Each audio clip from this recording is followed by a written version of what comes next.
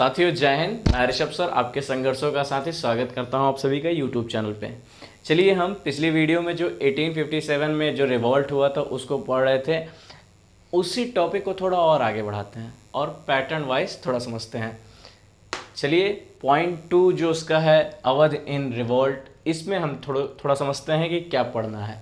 इसको हम क्या एनसीईआरटी में ही 3 भागों में बताया गया है और उस 3 भागों में हम पहला भाग अभी समझते हैं। जैसे a cherry that will drop into our mouth one day, ये एक ब्रिटिश अफसर हैं लॉर्ड डलहौजी, आपने नाम सुना होगा, उनके द्वारा कही हुई ये कथन है। 1851 में क्या होता है कि उन्होंने ये कथन कहा था कि एक दिन देखिएगा अवध हमारे मुंह में आ गिरेगा, ये जो अवध की चेरी है। अब होता क्या है, ऐसा क्या हो गया जो अवध बाद में इनके मुंह में आकर गिर ही गया। तो आकर गिरता है कब, 1856 में। अब समझना होगा कि क्यों और कैसे आया। जैसे कि आप देखोगे कि टाइम पीरियड और पीछे ले चलोगे तो सब्सिडरी अलायंस जो अवध के ऊपर ज़बरदस्ती थोपी गई थी, मतलब सहायक संधि। इससे क्या हुआ कि अवध का जो प्रांत है धीरे धीरे कमज़ोर पड़ने लगा। कैसे कमज़ोर पड़ने लगा, सब्सिडरी अलायंस की कुछ शर्तें थी, जैसे उसमें मिलिट्री जो अवध की थी वो हटानी थी। अंग्रेजों द्वारा जो मिलिट्री दी जाएगी, अब उस मिलिट्री के आधार पर देश को चलाना है। मतलब जब भी अवध के राजा को कोई दिक्कत होगी तो वो ब्रिटिश मिलिट्री का यूज़ करेंगे और उसके साथ कोऑपरेट करेंगे। इवन जब कोई बड़ा डिसीजन ले रहे हो अपने स्टेट में तो उसका भी उसमें एक रोल प्ले करेंगे, मतलब वो मिलिट्री भी रोल प्ले करेगी उनके बड़े डिसीजन को लेने में। तो इससे क्या होगा, धीरे धीरे अवध के राजा क्या हो जाएंगे, उसके ऊपर निर्भर हो जाएंगे। तो ऐसे क्या होगा कि जब अवध के राजा उसके ऊपर निर्भर हो जाएंगे तो यहाँ एक बड़ी प्रॉब्लमेटिक कंडीशन आएगी कि क्या ब्रिटिशर्स जो हैं वो भी अवध में इंटरेस्ट रख रहे हैं। कारण क्या है कि ये जो क्षेत्र है वो क्षेत्र ऐसा है कि यहाँ इंडिको कॉटन की खेती का अच्छा क्षेत्र बन सकता है। इसके अलावा ये दुनिया में बहुत, मतलब भारत के बहुत बढ़िया बाज़ारों में इसकी गिनती है, तो आने वाले समय में अच्छा बाज़ार भी इसको बनाया जा सकता है। यानी अवध बहुत ही समझिए स्पेशल एरिया है उस टाइम पीरियड का। तो इसको वो चाहेंगे कि अपने अंदर डोमिनेट कर लें।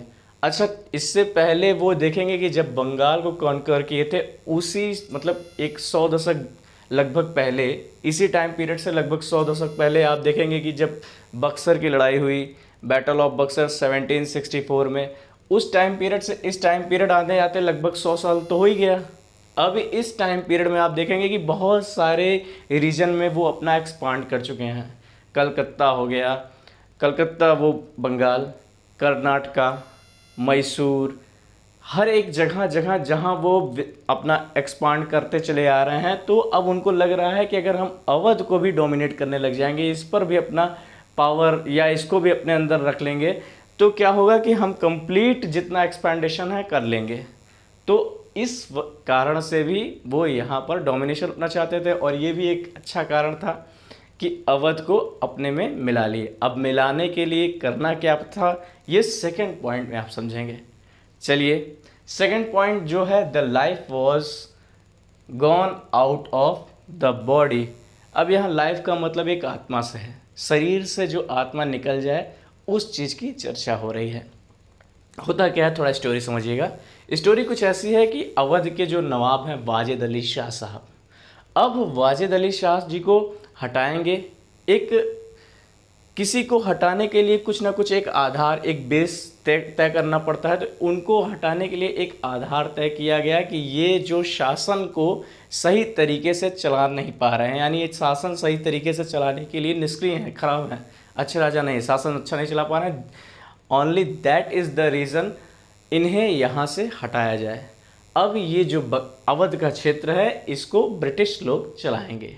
उनको हटाकर कलकत्ता भेज दिया गया। लेकिन अब पब्लिक, अब ये लाइन क्यों लिखी गई ये समझना है। ये लाइन इसलिए है क्योंकि जो लखनऊ यानी जो अवध के नवाब हैं उनके प्रति लोगों की इतना लगाव है कि लोग उनको छोड़ने के लिए कानपुर तक गए अब राजा जी को, और बहुत दुखी थे। हर एक घरों में लोग शोक विलाप कर रहे थे, दुखी थे। यानी वो ये बताना चाह रहे थे कि हमारे जो प्राण है, हमारी जो शरीर है, उसमें से ये आत्मा निकल गई है, यानी the life was gone out of the body. अब लेकिन आपको पिक्चर समझना है कि इसमें हुआ क्या। जब राजा जी हट गए, यानी राज्य अब किसका? ब्रिटिशर्स का। अच्छा, दुखी क्यों हो रहे हैं लोग? दुखी तो एक तो राजा अच्छे राजा थे, इसके अलावा उनके राज्य में जितने लोग काम कर रहे हो या राज्य का जो सिस्टम हो, वो लोग भी दुखी होंगे, क्योंकि मालिक के चले जाने से यहाँ तो रोटी के लाले पड़ जाएंगे। कारण ये है। इवन आप देखोगे कि कुछ लोग शोक गीत लिख रहे हैं उस टाइम के, कुछ शोक गीत हैं टाइप के ऐसे, जैसे कि एक गीत है कि अंग्रेज साहिब आयन मुल्क ले गए, ऐसे टाइप के गीत लिखे जा रहे हैं। मतलब ये एक सिंबल है, सिंबलाइज करने का तरीका है कि कैसे वो दुख को व्यक्त कर रहे हैं। अच्छा, आपको दुख नहीं समझना है, देखना है कि ब्रिटिश ने कैसे अवध पर डोमिनेशन किया। चलिए, और इसी में जितने चीज़ें इंपॉर्टेंट हैं वो सारी चीज़ें बताई जा रही हैं। तीसरे पॉइंट की ओर चलते हैं। तीसरे पॉइंट है फिरंगी राज and the end of the world. तो तीसरे पॉइंट में हम क्या समझेंगे साथी, थोड़ा इसको देख लेते हैं, एक मोटा मोटा पिक्चर देख लेते हैं क्या है। क्या होता है कि राजा जी के चले जाने के बाद वहाँ रहने वाले अवध के तालुकदार, जमींदार या किसान और या तो राजकुमार, इन सब का जब राजा जी थे तो थोड़ा इन सब का एक साथ तालमेल था, एक समझिए कि एक पूरा बॉन्डिंग थी, पूरा उसी हिसाब से चेंज चल रहा था। लेकिन अब ये राजा जी चले गए तो अब ब्रिटिशर्स का राज आ गया। अब ब्रिटिशर्स के राज में तो ये चेन पहले टूट जानी है। अब होता क्या था कि देखिए, पहले जो एक टाइम था तालुकदार का, तालुकदार कभी कभी अवध में बहुत पावरफुल डोमिनेशन पे दिखाए गए हैं। तो देखेंगे आप, तालुकदारों के पास अपनी बहुत सारी ज़मीनें हुआ करती थी। इवन जो राजा जी से जिसके व्यवहार अच्छे थे, यानी राजा को बात मानता था, टैक्स पे करता था, उसकी और अच्छी स्थिति थी। आप देखोगे बड़े तालुकदारों में, यहाँ पर आप देखोगे कि बड़े बड़े तालुकदार 1200 या उससे भी प्लस सैनिक रख रहे हैं। छोटे जो तालुकदार हैं वो भी 200 प्लस सैनिक रख रहे हैं, मतलब सेना होना रख रहे हैं। कहने का मतलब ये है कि खास पोजीशन पे हैं। अच्छा, उनका अपने किसानों के प्रति भी एक अच्छा नाता है, ऐसी बात नहीं है, टैक्स भी ले रहे हैं उनसे वो अपने खेत का। लेकिन जब कभी अकाली या कभी प्रॉब्लमेटिक कंडीशन आती थी तो वो उनकी मदद भी किया करते थे।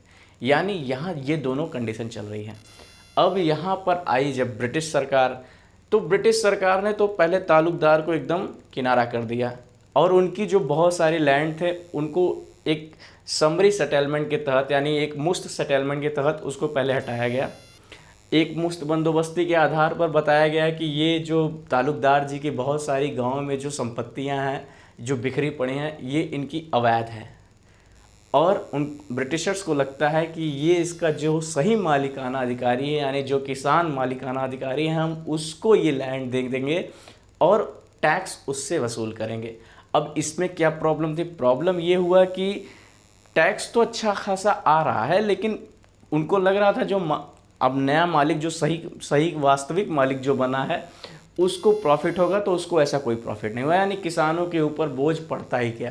कारण क्या था कि जो टैक्सेशन का जो नियम अपनाया गया था, वहाँ पर टैक्स लेने का जो तरीका अपनाया गया था, कहीं कहीं पर ऐसा था कि जहाँ 30% पहले टैक्स लिया जाता था, वहाँ एकाएक अब 70% टैक्स लिया जा रहा है। मतलब उस जो लैंड 30% टैक्स नहीं पे कर पा रही है, वो लैंड अगर 70% टैक्स लिए जाएगी तो किसान की स्थिति क्या होगी, आप खुद समझ सकते हैं।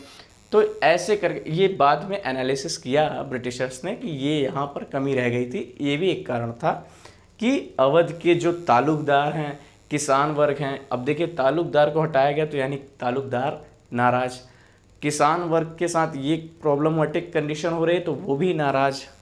तो ये सब लोग, इसीलिए देखोगे कि अवध में बहुत लंबे समय तक द्रोह का जगह प्लेस बना था अवध। अब जो नाराज़ हो रहा है, दुखी हो रहा है, परेशान हो रहा है, वो सब जाएंगे कहाँ? तो वो सब जाएंगे बेगम हजरत महल, यानी राजा जी की वाइफ जो हैं, जो वाजिद अली शाह की पत्नी हैं, उनके साथ मिलकर 1857 की जो 1857 का रिवॉल्ट चल रहा है उसमें सहयोग देंगे। कारण क्या था? कारण मतलब एकाएक तो ऐसा हो नहीं गया होगा। शुरुआत में जब ब्रिटिशर्स इस पे डोमिनेशन कर रहे थे, यानी जब अवध में आए होंगे, जब पहली बार जब सब्सिडरी अलायंस हुई होगी तो सेना आई रही होगी, तो एकाएक तो ऐसी भावना नहीं जागृत हो गई होगी। थोड़ी सी और इमेज पीछे ले चलते हैं। जैसे कि आप देखेंगे कि 1820 तक क्या कंडीशन थी, वहाँ के जो ब्रिटिशर्स सिपाही भी थे या ब्रिटिशर्स अधिकारी भी थे, वो भी वहाँ की सेना के साथ अच्छा मिलजुल कर रहते थे, मौज मस्ती करते थे, छोटे छोटे गेम खिलाते थे। तो इससे क्या होता था कि उन दोनों के बीच में एक वार्तालाप, एक सही तरीका बना था, चैनल बना हुआ था। आने वाले टाइम में क्या हुआ कि 1840 तक आते आते जो ब्रिटिशर्स ऑफिसर आते थे वो अपने आप को उच्च वर्ग, मतलब बहुत ही हायर लेवल स्टेटस समझते थे। अब वो उन सब और जिन लोगों को, इन भारतीयों को एकदम नीचा समझने लगे। अब नीचा समझने की वजह से वो उन पे गाली गलौज करते थे, यानी अपशब्दों का इस्तेमाल करते थे और उनको निगलेक्ट किया करते थे। एक तो कारण ये था। अच्छा, आप देखोगे कि जो किसान है, अवध के जो किसान है, बहुत सारे किसान लोग भी सेना में गए हुए हैं। तो किसान भी सेना में गए हैं, तो इसका मतलब जो सैनिक हैं, किसान हैं, दोनों मिलकर इस रिवॉल्ट को क्यों कर रहे हैं? आप देखोगे कि कारण क्या है कि जो किसान भी सेना में गया है, आप देखोगे वहाँ वो कई चीज़ें हैं प्रॉब्लमेटिक है। जैसे वहाँ वो छुट्टी की मांग करता है तो छुट्टी टाइमली मिलती नहीं है, छुट्टी बहुत रेयरली मिलती है। तो एक शिकायत तो उसकी ये हो गई। दूसरा, उसके साथ अभद्रता जैसी व्यवहार हो रही है, तो दूसरी प्रॉब्लम, उसके दूसरी शिकायत उसकी ये हो गई। तो इस तरीके की, जैसे नस्ल भेदी तरीका। तीसरा, जो अवध क्षेत्र से गए हुए मिलिट्री में लोग हैं, किसान लोग हैं, वो लोग ऊंची जाति यानी उच्च वर्ग से आए हुए लोग हैं। तो उनके साथ ये जो कारतूस वाली जो समस्या थी, आपको ये तो पिछले वाले वीडियो में भी चर्चा हुई है, तो ये भी एक प्रॉब्लम थी। ये 3-4-5 प्रॉब्लम थी जो उनके मन में लड़ने के लिए रोष पैदा करी, द्रोह पैदा की, और जिस कारण से इतना बड़ा रिवॉल्ट हुआ। तो ये तीसरा टॉपिक, फिरंगी राज and the end of the world, वो इसी कहानी, इसी बात को कहता है।